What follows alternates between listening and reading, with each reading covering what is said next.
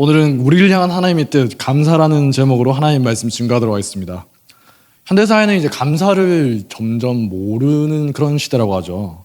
점점 감사할 줄 아는 사람들이 줄어들고 있다는 말이에요. 근데 이건 젊은 세대로 갈수록 좀 더 심해지는 것 같습니다. 몇 년 전에 서울대학교에서 한국인 105만 명, 엄청나게 많이 조사했죠. 105만 명을 대상으로 진행했던 연구 결과가 발표돼서 한때 화제가 됐던 적이 있어요. 일단 보면은 10대 남자들의 행복감이 제일 높다고 합니다. 근거 없는, 제일 단순한 때죠. 거기는 뭐 애들은 제육볶음, 돈가스 좀 행복하게 그럴 때니까. 여성들의 경우에는 나이가 들면 들수록 행복지수가 높아진다. 그렇게 나왔다 하더라고요. 특이한 점은, 기분 나쁜 분 계실지 모르겠는데, 제일 행복감을 덜 느끼는 분들이, 행복감이 제일 낮은 분들이 20대, 30대 여성들이라는 거예요. 왜냐? 물질에 덜 집착하고 감사함을 느끼고 정서가 안정되고 남과 자기를 덜 비교할수록 행복감을 느끼게 되는데 그분들이 그렇지가 않다는 겁니다. 물질주의가 심하고 남과 비교하는 경향도 높고 인스타 같은 거 보다 보니까 무엇보다도 중요한 거, 감사지수. 감사함을 느끼는 정도가 제일 낮다고 합니다. 물론 아닌 분들도 있겠죠. 근데 전반적으로 그렇다는 거예요. 그래서 신경증, 즉 정서 불안이 가장 높게 나왔다고 합니다. 감사할 줄 모르기 때문에 이런 결과가 나왔다는 거죠.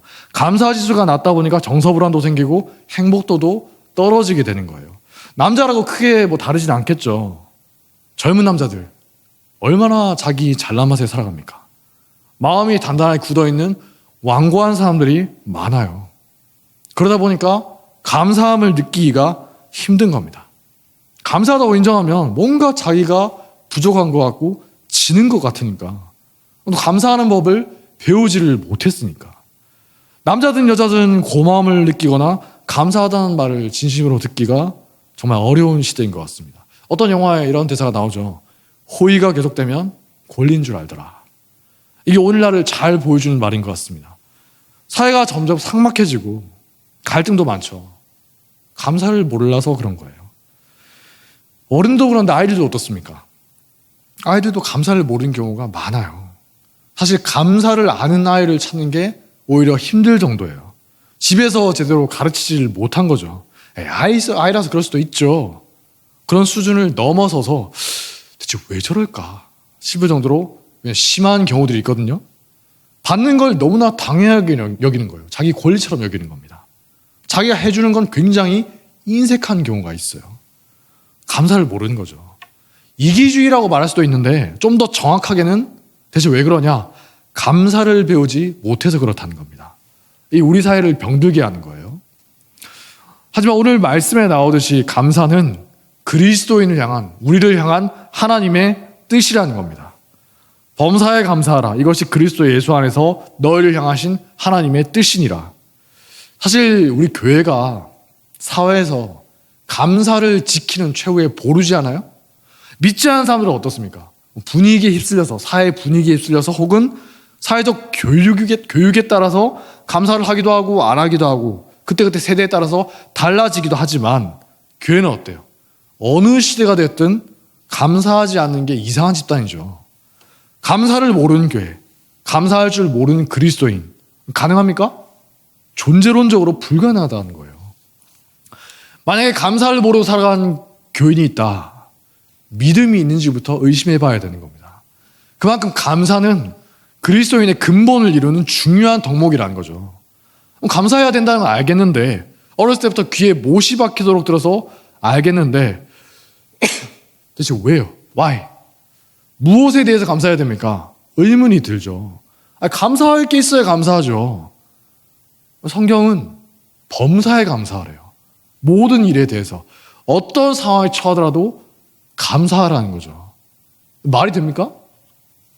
말이 안 돼요. 만약에 아멘 하면서 너무나 쉽게 아무렇지 않게 받는 사람은 진짜 믿음이 엄청나게 좋은 분이거나 아니면 생각 없이 사시는 분이에요. 범사에 감사하지 말라. 그래도 아멘 할 뿐인 거죠. 아무 생각 없이 데리고 하는 거니까. 솔직하게 말해봅시다. 범사에 감사할 수 있어요? 저는 못해요. 죄송합니다. 목사가 믿음이 없어서. 사실인 거 어쩌겠습니까?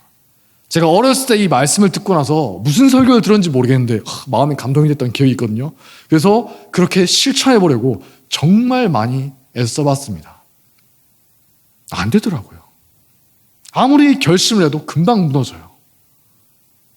어머니한테 한번 크게 혼나고 나면 감사를 어떻게 합니까? 그냥 다 무너지는 거죠. 청소년 때도 제가 여러 번 해봤어요. 안 되더라고요. 청년에 대해서도 고민하고 설교를 쓰면서도 고민을 해봤지만 여전히 제 대답은 아니오가 될 수밖에 없어요. 너는 범사에 감사할 수 있느냐? 누군가 저에게 물으신다면 아직 아닙니다. 말할 수밖에 없어요. 만약에 제가 여러분 앞에서 저는 범사에 감사할 수 있습니다 라고 하면 새빨간 거짓말을 하는 거죠. 범사에 감사하십시오. 왜 못합니까? 믿음이 없어서 그런 겁니다 하면서 막 설교하면서 이렇게 여러분들 치는 설교를 한다면 굉장히 악하고 위선적인 거죠. 자기도 그렇게 살지 못하면서. 저만 그런 겁니까? 여러분들 아마 다 똑같으실 거라고 제가 믿음을 갖고 있어요. 모든 일에 대해서 온전하게 의심 없이 감사할 수 있다. 자신 있게 말할 수 있는 분은 아무도 없을 겁니다. 있다면 거짓말쟁이죠. 하지만 동시에 우리가 실존적으로 현실적으로 그렇지만 동시에 성경 말씀 범사에 감사하라. 하나님의 진리의 말씀 우리가 거짓으로 무시할 수도 없잖아요. 진리의 말씀이잖아요. 하나님의 말씀은 너희가 완전히 그렇게 살지 못하면 구원받지 못할 것이다. 혹은 내쳐버리겠다. 이런 게 아니죠. 우리를 향한 하나님의 뜻이라는 거예요. 자녀를 향한 부모님의 뜻이 있지만 부모님의 뜻대로 온전히 살지 못한 자녀가 얼마나 많습니까? 그래도 부모님의 뜻은 변함이 없다.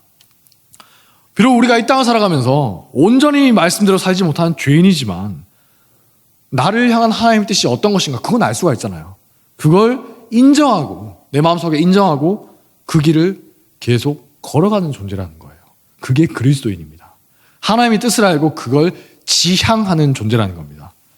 나는 말씀대로 온전히 살아가는데요? 그건 바리새인이고 거짓말쟁이인 거고 이 말씀이 나랑 무슨 상관입니까?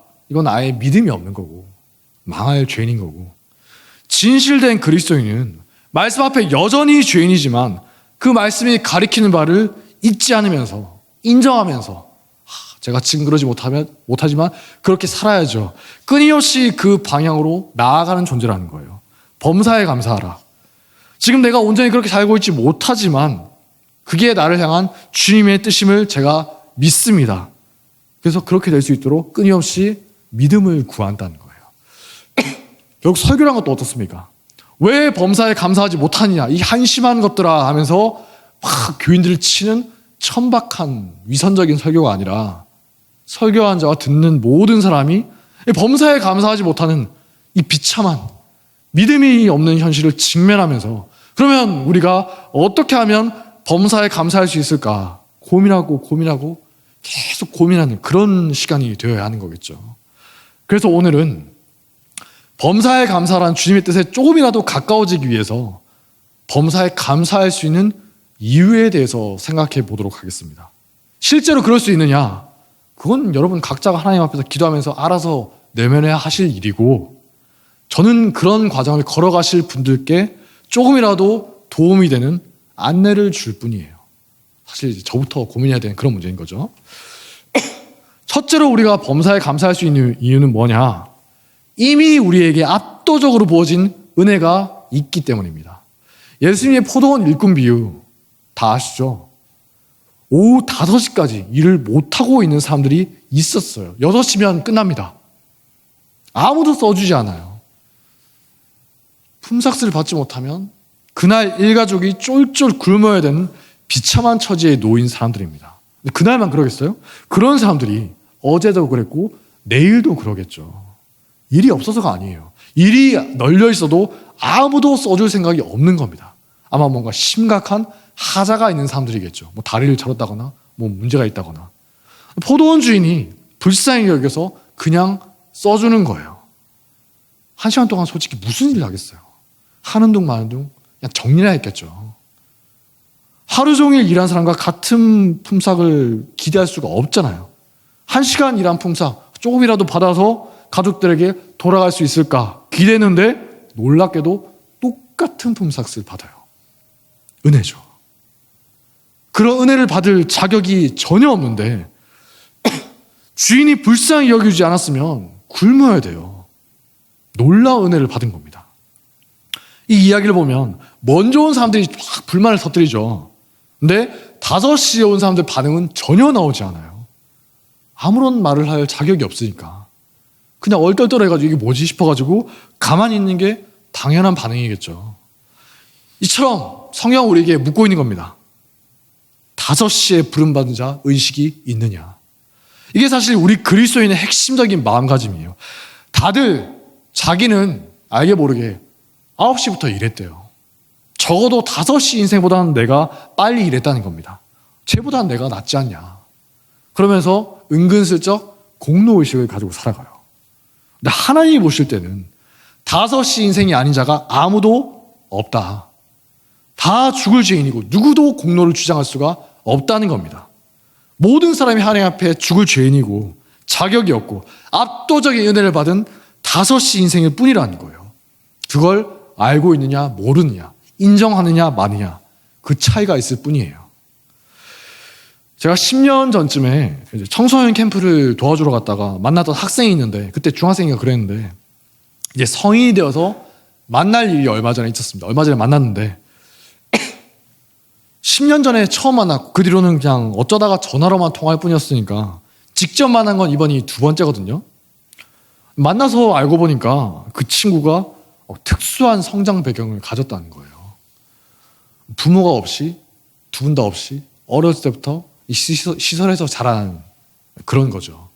평소에 저랑 통화할 때는 너무나 밝아요. 그래서 얘가 굉장히 긍정적인 애구나. 근데 만나서 알고 보니까 자기가 얼마나 힘들었는가 그 이야기를 해주는 겁니다. 어렸을 때, 청소년 때 매일 저녁에 그 시설 옥상에 올라가가지고 죽고 싶었대요. 자기 인생이 너무나 비참하고 불행하고 미래가 보이지 않으니까 주변을 봐도 다 비슷한 처지들이고 어둠의 세계의 유혹에 시달리고 있고 실제로 주변을 보면 감옥에 다녀온 사람, 조직에 들어간 사람도 있고 자기 인생이 뻔히 보인다는 겁니다. 근데 그건 과거형이고 지금은 자기를 지금까지 이끌어오신 하나님께 감사한다 하더라고요. 주변 친구들처럼 어둠의 길에 빠지지 않게 지켜주신 거에 대해서 감사하고 지금까지 교회에 나오고 믿음을 가질 수 있게 해주신 것에 대해서 감사하고 어렸을 때 사고 쳐서 퇴학당할 뻔했던 그 인생에서 돌이킬 수 있게 해주심에 감사하고 자기가 이렇게 잘할 때까지 주변에 도와주는 분들이 있게 해주심에 감사한다. 그래서 얼마 전에 그 시설 출신 사람들이 모이는 모임이 있었다 하더라고요. 거기에 가봤는데 과거에 자기를 두들겨 패서 코뼈를 부러뜨렸던 그 형, 그 인간이 와 있다는 거예요. 원수잖아요. 잘만 하면서 두들겨 팰 수 있는 그런 일인데 보자마자 불쌍해서 눈물이 났다는 거예요. 저 형도 나처럼 하나님을 믿고 구원받아야 할 텐데 여전히 저렇게 살아가고 있구나. 저렇게 살면 안 되는데. 원수의 얼굴을 보고 막 분노가 일어나는 게 아니라 너무나 불쌍하게 느껴지더라는 겁니다. 제가 투썸 플레이스에서 앉아서 그 말을 가만히 듣고 있는데 막 부끄럽더라고요. 네가 목사고 내가 청도고 그런 말 듣고 있는 것 같다. 너 정말 대단하다. 그 청년이 어떻게 그런 마음을 갖게 됐습니까? 지금까지 자기를 길러주신 하나님의 은혜, 그 압도적인 은혜를 알게 되니까 누구보다 불쌍한 불행한 처지에서 살았던 자기 인생에 얽매이지 않는 거예요. 원망불평하려면 누구보다 할 수 있죠. 오히려 감사가 터져 나오는 겁니다.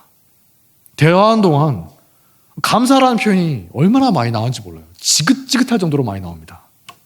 그렇듯하게 꾸며내서 말하는 게 아니라 그런 거였으면 뭔가 모르게 어색하고 뭔가 모를 불쾌감이 느껴졌을 건데 너무나 자연스럽게 말하는 거예요. 그 친구가 제 앞에서 뭐 굳이 꾸밀 필요도 없겠죠.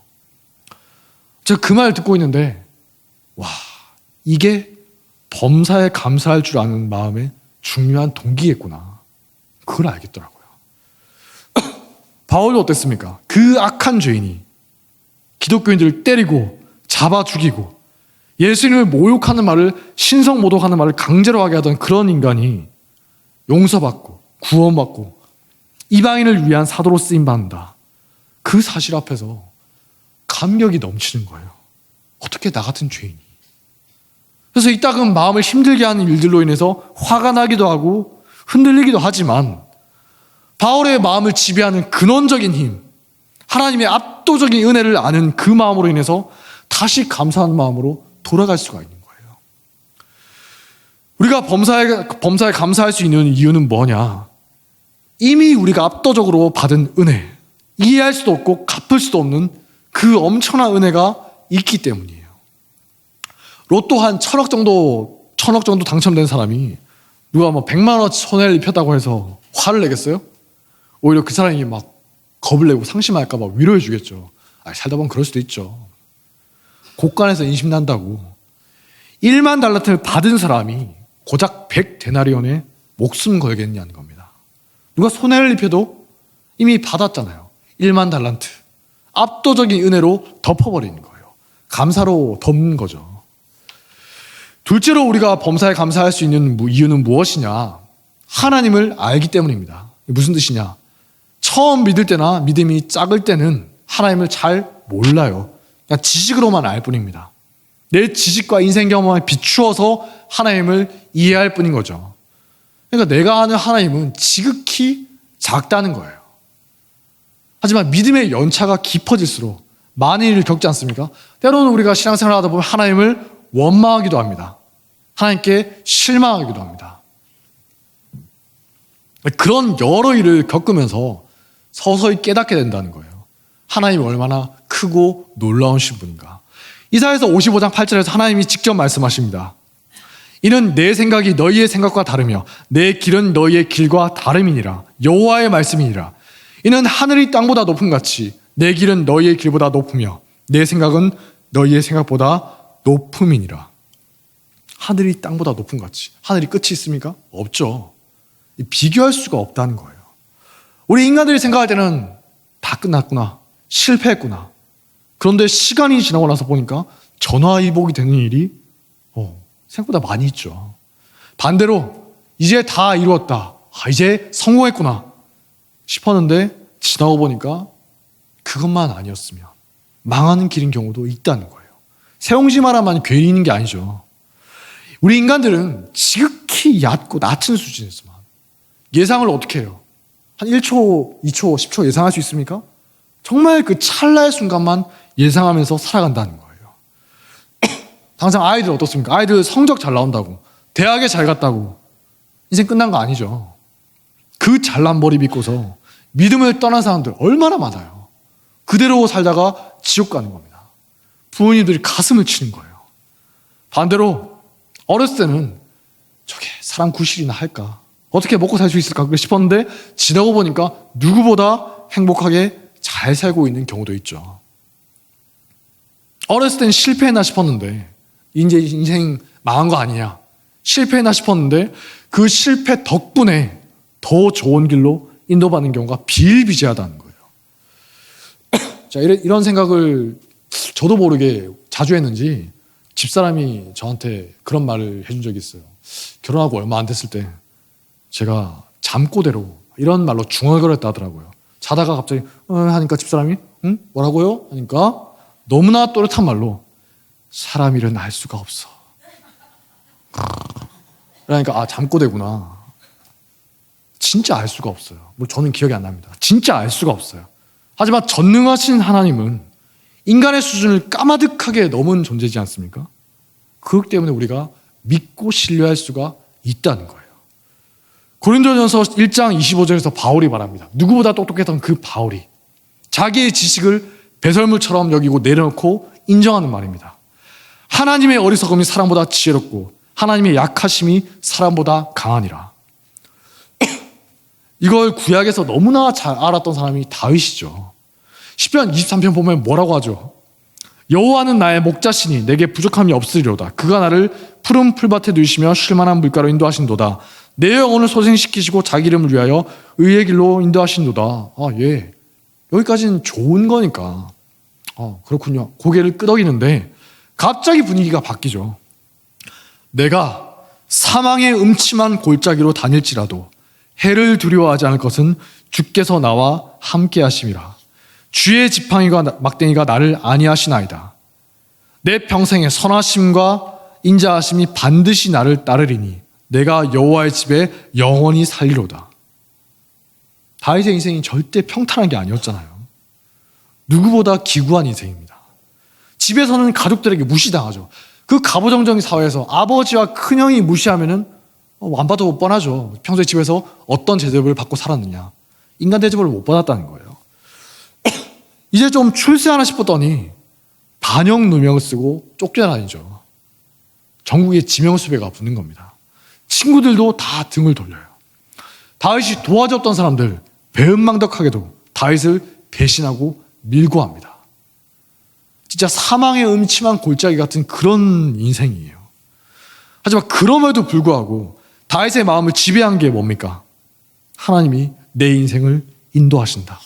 하나님이 모든 것을 지켜보신다. 섭리를 믿는 거예요. 그래서 감사할 수가 있는 겁니다. 시편을 보면 다윗이 감사하는 고백이 많지 않습니까? 이 사람은 대체 어떻게 이런 말도 안 되는 상황 속에서 억울하고 분노케하는 화가 나는 상황 속에서 이런 시편을 지을 수가 있었을까? 다윗은 하나님의 인도하신 섭리를 믿었다는 겁니다. 결국 하나님이 승리하실 것이다. 모든 것을 선하게 이끄실 것이다. 순간순간 이러한 일들을 보면 원망이 나오죠. 대체 내 인생은 왜 이런 것일까? 이해할 수 없는 일들 천지지만 지나고 보니까 그 모든 것이 합력하여 선을 이루는 인생이구나 깨닫는다는 거예요. 그래서 바울이 로마서 8장 28절에서 말합니다.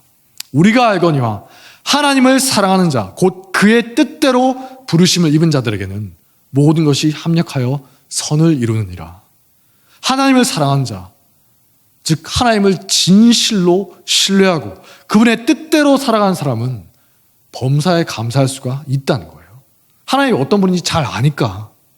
다만 우리의 하나님을 믿는 지식이, 하나님을 아는 지식이, 하나님을 믿는 믿음이 너무나 피상적이고 얕은 것이 문제인 거죠. 믿음이 없는 거예요. 다윗도 어떻습니까? 때로는 마음이 힘들어요. 시편을 보면 저주 시편을 쓰기도 하죠. 시편에 저주도 합니다. 하나님 저 원수들 당장 쳐서 이를 부러뜨시고 막 이런 저주 시편을 써요. 얼마나 마음이 진짜 막 끌어올랐으면 죽이고 싶은 거죠. 사울에게 두 번째 살리를 위해서 한 말도 분명히 말해요. 네가 나에게 정말 하면 안 되는 짓을 한 걸 난 잊지 않는다. 하나님께서 갚아주실 것이다. 저주 시편을 쓴다는 겁니다. 울분을 터뜨리면서 부르짖는 기도를 하기도 하지만 마음에 있는 거 다 쏟아낸 후에 다시 하나님을 신뢰한 마음으로 돌아와서 감사하는 시편을 쓰는 거예요. 그래도 하나님 제가 감사합니다. 최후 승리를 믿으니까. 선하시고 전능하신 하나님을 믿으니까. 이렇게 범사에 감사하는 법을 배운 사람은 어떨까요? 살아가는 방식이 변한다는 거예요. 우선은 만족할 수 있겠죠. 아까 처음에 감사 지수가 낮아서 인생이 불행한 사람들의 특징이 뭐라고 했습니까? 만족을 모른다. 자꾸만 남과 나를 비교하면서 부족함을 느끼는 겁니다. 하지만 감사를 아는 사람은 가진 것에 만족할 줄 알아요. 아무리 많은 것을 가졌다 하더라도 만족할 줄 모르고 감사를 모르는 사람이 있지만 아무리 적게 가졌다 하더라도 만족할 줄 아는 분들이 있어요. 그분들은 감사할 줄 아는 분들입니다. 그런 분들은 이제 마음이 평안하겠죠. 남과 비교할 필요가 없으니까. 하나님과 나 사이 1대1로 살아가는데 남이 어떻든 말든 그게 나랑 무슨 상관이냐. 압도적인 은혜를 누리면서 살아간다는 거예요. 누가 뭘 샀다더라. 어떻게 됐다더라. 자식이 어디 갔대. 어쩌라고요. 정말 오지랖도 넓죠. 그런 말 막 이렇게 말하고 다니는 사람들 있죠. 정말 불행한 분들입니다. 감사지수가 바닥이에요. 그러니까 그렇게 살아가는 거죠. 예수님도 베드로에게 말씀하시지 않습니까? 부활한 후에. 베드로가 자꾸만 요한은 어떨까요? 쟤는 어떨까 하니까 시끄럽다. 시끄러워. 남들이 어떻든 말든 너랑 그게 무슨 상관이냐. 너는 나를 따르라. 자연스럽게 마음에 이제 여유가 생기는 겁니다. 타인을 봐도 경쟁심이나 분노나 적개심으로 대하는 게 아니라 여유롭게 대할 수가 있는 거예요. 이런 분들이 늘어나면 교회와 사회가 어떻죠? 상호간에 존중이 넘치는 겁니다. 마음에 여유가 없는 분들은 폭탄 같아요. 건드리면 터질 수 있어요. 심심하면 부딪힙니다. 말 한마디만 해도 민감하게 받아들이고 날카롭게 반응하는데, 여유가 있는 분들은 어지간한 건 그냥 넘어가죠. 그럴 수도 있죠. 심지어 어떤 사람이 저에게 막 어떻게 일부러 막 모욕하는 말을 하는데도 생각해보면, 전 상태가 굉장히 좋을 때 생각해보면 그걸 나중에 알고 봤더니 나를 굉장히 모욕하는 말이었는데 그때는 그걸 모르고 그냥 넘어갔더라고요. 그 사람이 얼마나 화가 났을까. 기껏 생각해서 나를 막 찌르는 말을 했는데 내가 아무렇지도 않게 하고 넘겨버리니까 굉장히 황당했겠죠. 여러분들도 그렇다는 거예요. 그럴 수도 있죠. 대수롭지 않게 사사건건 문제를 일으키고 갈등을 만드는 사람과는 전혀 다른 공동체를 이루게 된다는 겁니다. 여러분들이 점점 많아져야겠죠. 또 이런 분들은 인내할 줄 알아요. 고난이 닥쳐오지 않습니까? 누구나 고난을 받아요. 근데 고난이 닥쳐올 때 하나님의 뜻을 믿고 자기 자신을 먼저 돌아보는 거예요. 이 고난도 분명히 합력해서 내 인생에서 선을 이룰 것인데, 그럼 대체 무슨 의미일까? 하나님께서 왜 나에게 이런 고난을 허락하셨을까?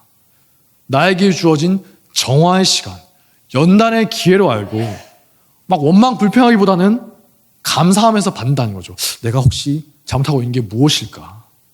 시편 119편 67절과 71절에서 이렇게 고백합니다. 고난당하기 전에는 내가 그릇 행하였다니 이제는 주의 말씀을 지키나이다. 고난당한 것이 나에게 유익이라. 이로 말미암아 내가 주의 율례들을 배우게 되었나이다. 심지어 시편 94편 12절에서는 한 단계 더 나가서 이렇게 말해요. 여호와여, 주로부터 징벌을 받으며 주의 법으로 교훈하심을 받는 자가 복이 있나니. 아니, 고난과 징계를 받는데 그것도 감사하면서 복이라는 거예요. 그러니까 내 뜻대로 되지 않으면 감사할 수가 있는 거죠. 내 뜻대로 했을 때는 망하는데 하나님이 지금 내가 이렇게 하는 걸 막으시는 거는 분명히 뭔가 기쁜 뜻이 있을 거야. 하나님의 뜻을 믿기 때문이에요. 이렇게 범사에 감사할 줄 아는 마음을 가진 분들이 늘어나면 가정이 화평하게 되고 교회가 화평하게 되고 평화롭게 되고 우리 사회도 변하지 않겠어요? 지금은 어떻습니까? 교회에서도 그리스도인의 가정에서도 감사를 찾기가 힘들다 보니까 우리 사회가 점점 각박해지고 있는데 감사가 넘쳐나는 곳이 될 수가 있다는 거예요. 작은 것에도 감사할 줄 알고 당연한 걸 당연하게 여기지 않는 그런 사람이 된다는 겁니다. 어떤 분은 여러분 끝나고 나중에 화장실 가실 거죠. 자기 힘으로 자기 발로 걸어서 화장실 다시 갈 수 있게 되는 게 일생일대의 소원이에요. 남들이 도와줘야 막 누워서 막 받아줘야 되니까 그게 너무나 수치스럽고 부끄럽다는 겁니다. 제발 다시 한 번 더 내가 다리에 힘을 얻어서 화장실을 내 발로 갈 수 있었으면. 어떤 분은 걸어 다니는 거, 내 발로 걸어서 예배당에 올 수 있는 거, 이게 소원인 분도 있어요. 제발 한 번이라도 눈을 떠서 세상을 봤으면 좋겠습니다. 제발 내 귀로 제대로 들었으면 좋겠습니다. 이런 게 소원인 분도 있어요. 결코 당연하지가 않은 거죠. 아까 봤던 그 형제처럼 부모가 한 분이라도 있는 거 전혀 당연하지 않다는 겁니다. 진정으로 감사한 사람은 하나님께만 감사합니다, 할렐루야 그렇게 떠드는 게 아니라 타인에게도 당연히 감사와 친절이 흘러나오겠죠. 나에게 주어지는 걸 당연하게 여기지 않고 감사를 말로, 행동으로 표현한다는 거예요. 가장 작은 집에서부터 시작한다는 거죠. 제가 가만히 생각해 보니까 이제 결혼한 지 2년 반쯤 돼 갑니다. 이제 3년이 다 돼 가는데 다행스럽게도 아직 부부싸움을 해본 적이 없어요. 이제 어르신들이 자꾸 저한테 눈에 콩깍지가 씌어서 그래 1년이면 다 끝나 이러는데 1년 끝나고 나서 아직은 괜찮은데 했더니 3년은 돼봐야 알아 하는데 이제 3년 지난 다음에 무슨 말을 할지 모르겠습니다. 근데 이제 다행히 아직은 해본 적이 없어요.